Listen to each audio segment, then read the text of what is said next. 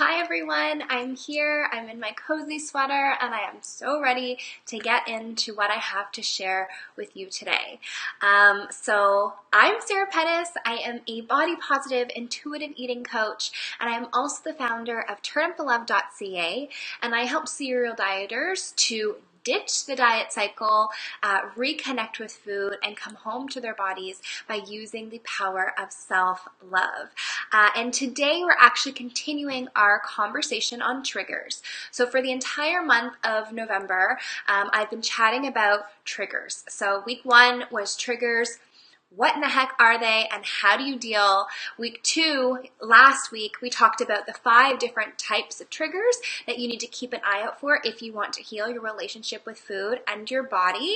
And today we're going to get into another juicy topic as well. So I see a couple of you jumping on. Good morning, Rochelle. Thank you so much for being here. I'm glad you were able to make this one live. I know last week you had a doctor's appointment, so it's good to have you here with me. So if you did miss the last couple of episodes that I just mentioned, be sure to have a watch of those ones as well as today's, and you can check those out on turnupthelove.ca and get the replays of those. I think it'll really help you to kind of get a better and stronger understanding of what this topic is all about, okay? So make sure that you head on over there to turnupthelove.ca to get yourself caught up to speed. All right, so as for today, we're actually going to be discussing the 3 reasons why food isn't actually a trigger. Okay, so we talked a little bit about this last week, but I really wanted to make this a standalone topic because it is mega. Like, it is actually a game changer once you can identify this and realize how your relationship with food has been disconnected because of this very topic that I'm going to be getting into, okay? So what we're going to be talking about today, as well as the 3 reasons why food isn't actually a trigger. So like I said, I'm going to be throwing down 3 hard truths as to what is going on with your relationship with food and why food isn't actually a trigger in this equation. Okay. Also, I wanted to chat about how restriction can actually trick you into thinking that you have no self-control with food. Okay, and this one's really important, so I really want you to pay attention to this one here. And also, why you need to stop, absolutely stop, put a halt on, throw the brakes on, to giving so much of your own power to food.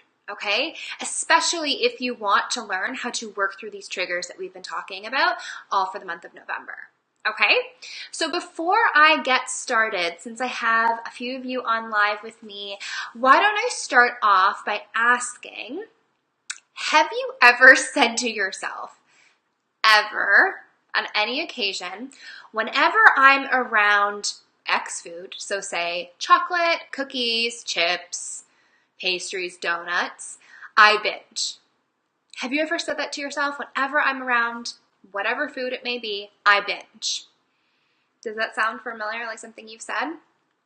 Or have you ever thought that certain foods triggered you to go overboard, to sort of binge eat until, you're ravaging through and then there's absolutely nothing left? Have you ever thought that certain foods do that to you? AKA, have you felt imprisoned by certain foods? If so, hit me in the comments with a yes and tell me about your experience. So I used to have a very, very disconnected relationship with food, and in particularly certain foods as well, okay? So I really felt powerless. I think that would be the best word to describe it. I felt powerless around chips and baked treats and pizza. Those were just like the foods that would just get me every time, as I would say, right? So whenever those foods, the chips, the chocolate, cookies, pizza, any of those things were sort of in my presence, I would just go completely overboard, and I would just binge and binge, eating and eating more and more until there was none left, until I eventually just felt nauseous and sick and yucky, and I couldn't get off the couch, and I had a stomach ache, and it looked like I had a food baby. I was bloated. It was not a fun feeling at all. And there were times also, so that there was that incident, but then there were times that I would also be eating so super clean, quote unquote clean, and I'd be so embarrassed at showing the real me in front of my friends and family, because I was like the fit, healthy one. You know, I was working in weight loss at a weight loss clinic at the time, and helping people to lose weight. So I had this sort of like pedestal image I created for myself that I had to be always healthy 100% of the time. And I would be so embarrassed at caving in front of others if there were certain foods that I wanted to eat. So what I would actually do is I would binge eat in secret. So that would look like me, you know, hiding wrappers, putting them in the garbage so no one could see them. I'd like tuck them under, or I'd scarf down foods in the fridge. Like I'd have like the fridge open, and like someone would be walking by and I'd just like pop it in my mouth and eat it with the fridge open.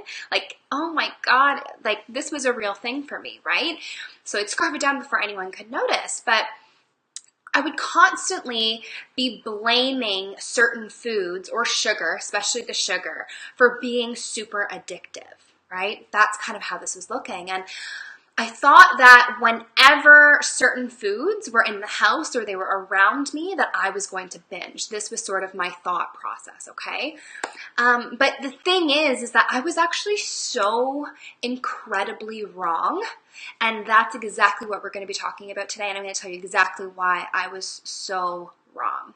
Okay, so I'm just going to jump into the comments really quick because I've seen some come in here. So Rochelle says, she used to say that as well.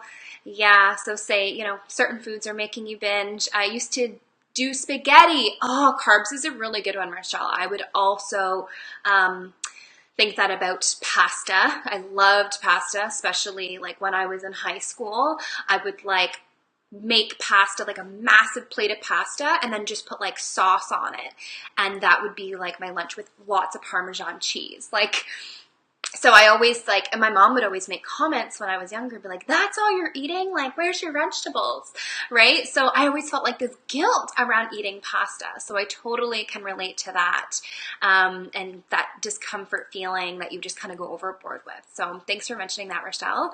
Thanks for being here, Brianna. Bree, so good to see you. Oh my God, this is awesome. So yeah. As you guys can see, there's definitely this sort of conversation going on here with food. And even though we're not vocally having it, it's definitely going on in our minds. We are thinking these things, right?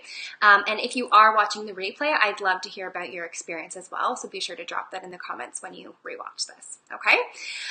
So before we get into this topic and before I explain to you why I was so incredibly wrong for thinking this way, I again just wanted to sort of recap what we're going to be talking about. So again, we're going to be throwing down the 3 hard truths about your relationship with food and why food is not actually a trigger, even though you probably might think it is right now.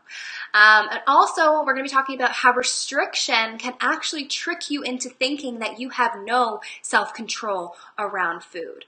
And lastly, I have to mention why you need to stop giving your power away to food over and over and over again.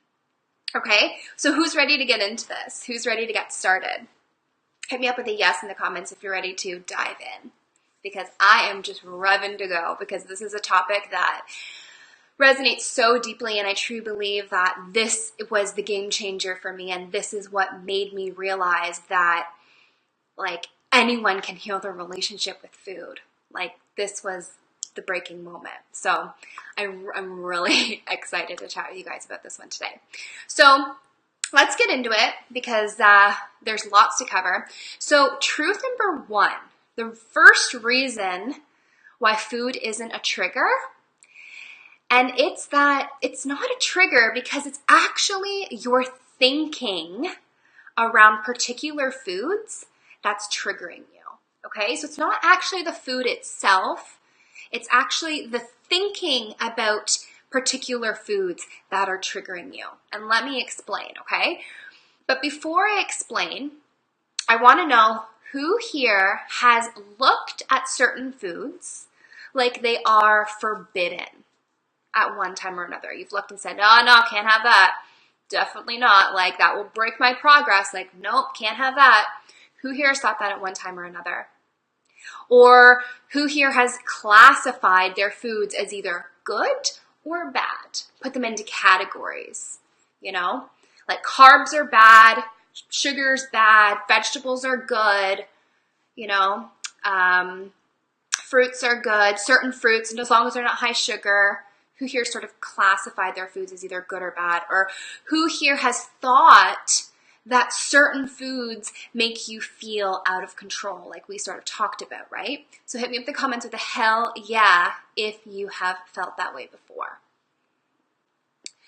So the thing about thinking certain ways about food is that it's actually the extreme black and white thinking, the all or nothing approach, right? That is usually the root cause of this misconceived trigger problem, okay? So let me say that again.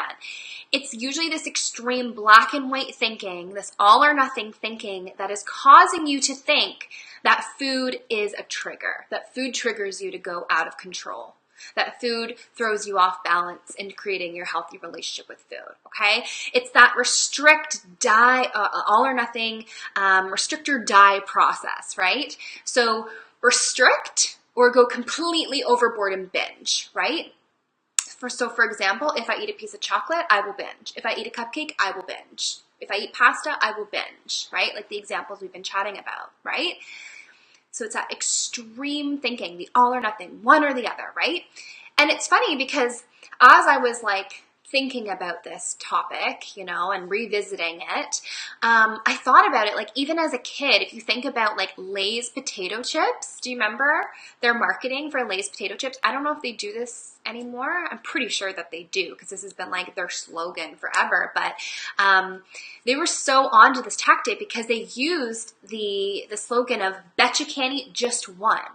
Right? So it was that all or nothing. Like you can't just have one chip and be like satisfied and like good with it. You literally have to eat a ton and a ton and a ton and pretty much binge eat. Like that's what they're saying. Like, bet you can't have just one. You're just going to binge eat on them. So don't eat one or you're going to eat them all. Right? So like Lay's was onto this years ago because this was like when I was a kid. I remember this was their advertising, right? And this is exactly why food is not a trigger. It's the thinking about your food that creates this trigger, right? So when you're in a place of this all or nothing, there is no space for that middle of the road approach, right? And that thinking alone is often going to set you up for failure, okay? Because here's the thing, food is not an addiction, okay? And I actually wrote a whole blog post on this. It's on turnupthelove.ca. I think it's called like sugar. Is it really addictive? Question mark. I wrote that last year or earlier this year, I believe. And it's all my perspective on food and how I actually don't think that it's addictive. I actually think it's the thinking around our food that creates the addiction. Okay. So check that out if you want to explore this a little bit more. But if food is a trigger for you, then you actually have to look at what the thinking is behind wanting that food, okay? You have to get deep and figure out why you're thinking this way and why you're wanting this food, okay? And it's usually very clear once you start to explore it. And I'm going to get into that with the second reason why food isn't actually a trigger. But before I get into the second reason, I'm just going to catch up in the comments here. So Rochelle says, junk food is bad in my mind for sure. Okay, so you've classified junk food as being bad, okay? And I mean, so many of us do that, especially, I would say, in the last like 5 to 8 years. I feel like this whole health industry has continuously just like put certain foods on pedestals, like the superfood foods, and has just been like bashing other foods. And I mean, I get it. Obviously, I'm not promoting, eating garbage foods all the time, but I am promoting that, if we are continuously labeling food as good and bad, then that's going to set us up for having this really complicated relationship with food if we do want to give in to something that we are wanting or craving, right? And I believe that the mental health around this is extremely as important as the physical body is as well. And that's what we tend to forget, right? We see our physical bodies all the time, and we're always being shown this propaganda of how we need to look and what's acceptable in society and what's sexy and this and that with body image. And we're always just thinking of the physical body. But I think that with that, we are actually forgetting that there are other components of our makeup, and that comes to our mental side, our soul as well. And these are things that we also need to listen to, okay? So again, the labeling of food, I mean, it's very common, and it's something that we've continuously done in our society, but I don't always think that it's the right approach. And that brings me to reason number 2. So reason number 2, why food isn't actually a trigger, and it's because restriction is what motivates the belief that food is a trigger. Okay, so it's actually restriction that's motivating this here, and thinking that it's a trigger. Okay, so you're creating this for yourself, and society has sort of been creating this, and we're just sort of following along, right? So like I was saying, when you label food as either good or bad, you build up the sort of thought process that certain foods are forbidden. Okay, and it's often that very restriction that makes you want it more. Right? So of course, if you do finally allow yourself to have that food, you're likely going to become out of control with it, right?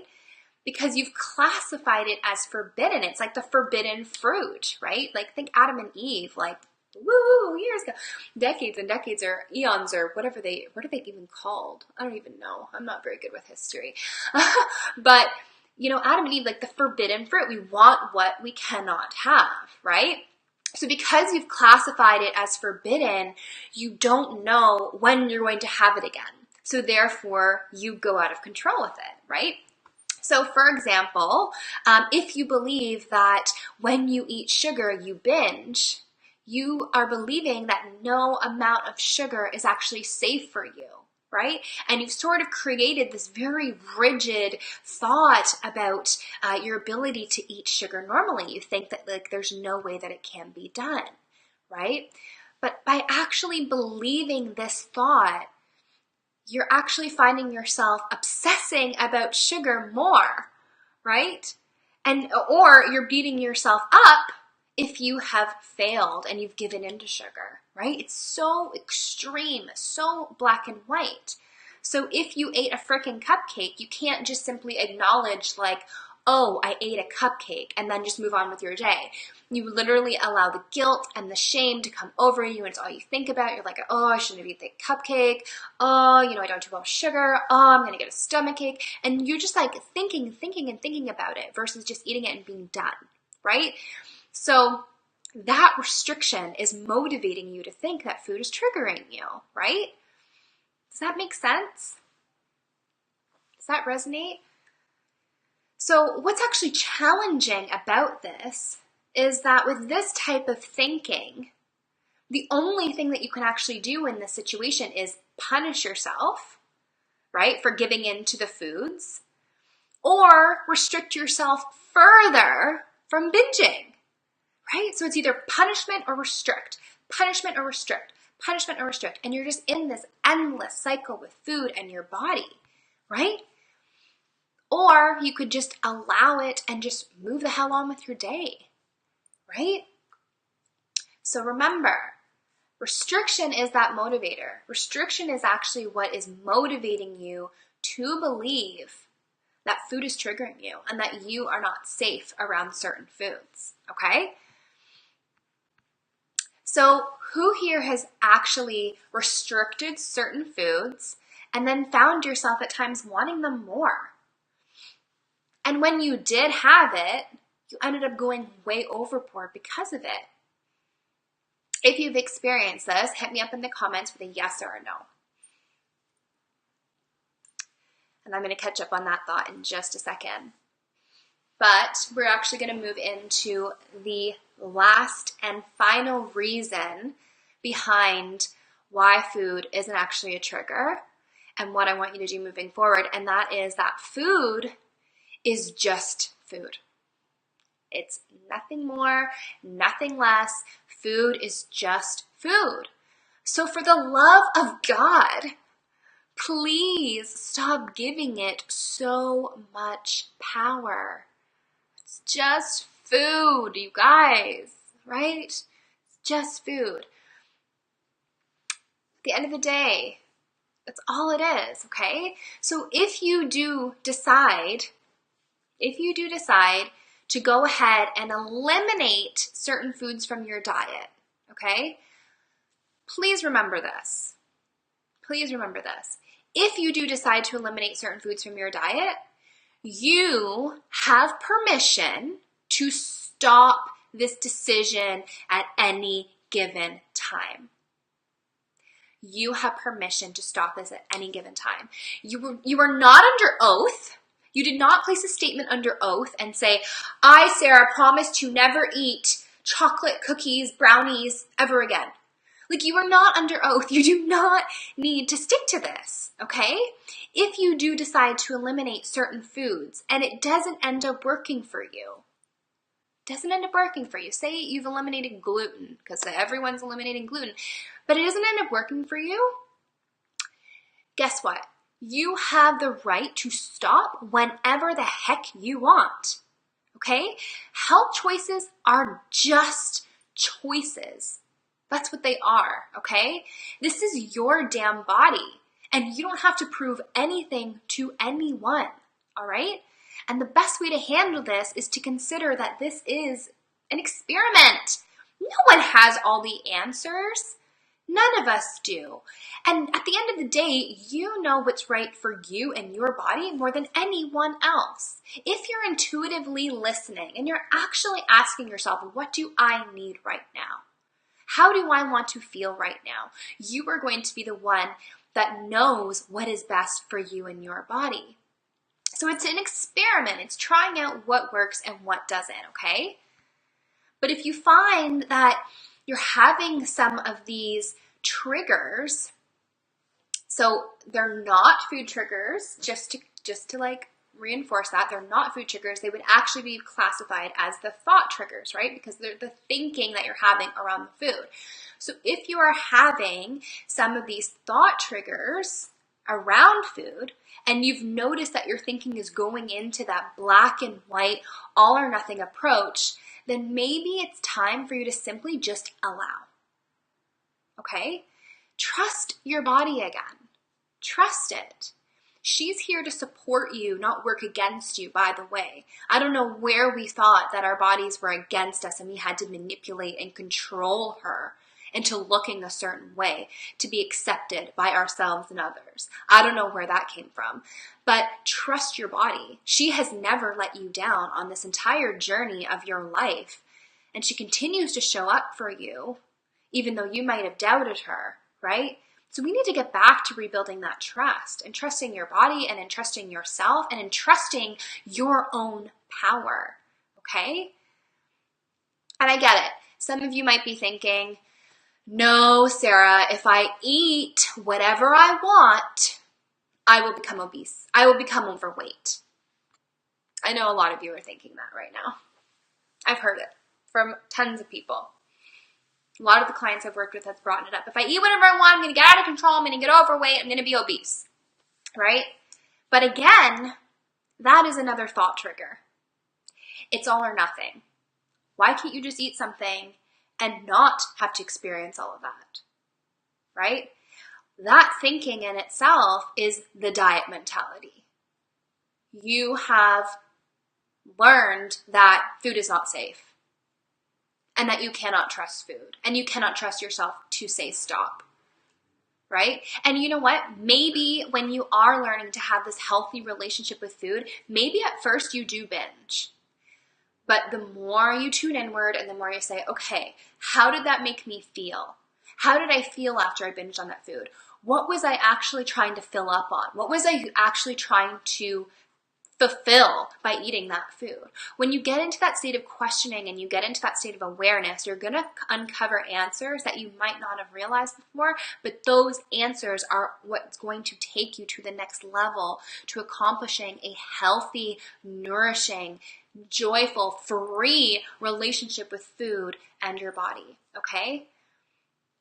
The goal here is that I want all of you to have this healthy, intuitive, free relationship with food. That's what we're aiming for here, okay? And that will never happen when it's fueled by restriction. It just won't. That's not going to happen when there's restriction in there, right? You feel me? So on a scale of 1 to 10, is this making sense to you? 10 being, yeah, it's making a lot of sense. 1 being, I'm totally lost. I have no idea what you're talking about. Scale of 1 to 10, is this making sense to you? Are you starting to see how food isn't actually a trigger? Why it's not categorized as a trigger? And like I said, if you have not yet listened to the previous episodes I did about triggers, what the heck they are and how to deal with them, and the 5 main triggers that you need to pay attention to if you want to heal your relationship with food in your body, then you're going to want to go back and re-listen to those first. And I think that this episode is going to speak to you a hell of a lot more. Okay, so awesome. Got some 10s there. Sweet. I'm glad that this is really resonating and making sense because this is a game changer. When you realize that food has no control over you whatsoever and that it is powerless compared to your own power, and it's actually the thinking that you've created around food, you are so incredibly going to be on your way to healing this thing. I promise you that, because that was definitely the biggest game changer for me. Okay, so if you are wanting to explore these triggers that I'm talking about a little further, and you are wanting to get super concrete and clear on what's going on behind the food, and you want to find out what your triggers are and how they might be holding you back, I've actually created this pretty amazing workbook called Uncover Your Triggers. It's totally free to grab. And this workbook is great because it's going to help you, like I said, to get to the bottom of your triggers, and it asks you some really deep and explorative questions that help you to see where your current relationship with food looks like right now and what you could be doing instead. Okay, and it helps you identify like what is holding you back, because without awareness, we can't take actionable steps forward into healing this thing, right? If we don't know, then how do we know what we need to change, right? So the first step is awareness, and I think this workbook's really going to help you to do that, okay? So if you want to grab that, if you are watching on Instagram, you can grab that by hitting the link in my bio. It is there. And there's also some links there for joining the Turn Up the Love Insiders, which is my free Facebook group, which is all built up around building community, building sisterhood, reconnecting with food, coming home to your body, and ditching the diet mentality. So if that sounds like a place that you want to be and you're looking for the support, you definitely want to get inside there. We've got a really groovy space of girls who are just constantly showing up for themselves, constantly reflecting, constantly holding space, and I just adore them. And I want you to be a part of it too, because you don't have to do this alone. Okay, so if that sounds like something that you want to get in on, you can search Turn Up the Love Insiders and join us there. But if you are wanting to get the Uncover Your Triggers workbook and you have not grabbed your copy yet, you can grab it at turnupthelove.ca. Head to any of the articles on triggers that I've already done, and you'll see it there at the bottom. Or I can actually, maybe I can just pop it into the comments right now really quick for you guys. So you can grab that as well. But before I head off today, I'm meeting a friend for tea. I'm really excited to catch up with her. I just wanted to ask if there were any questions about this topic, because I know I just threw down a crap ton of truth bombs for you. So does anyone have any questions, concerns, anything that they want me to address on this topic about food not being a trigger? Is there anything you need more clarity around here?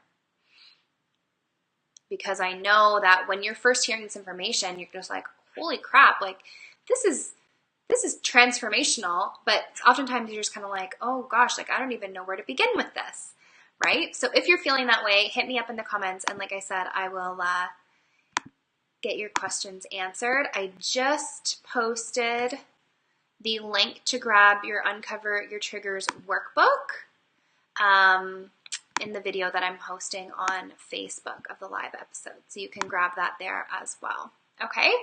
So since I don't have any questions coming in, it sounds like you guys are really resonating, really understanding, getting narrowed and pigeonholed in on this idea.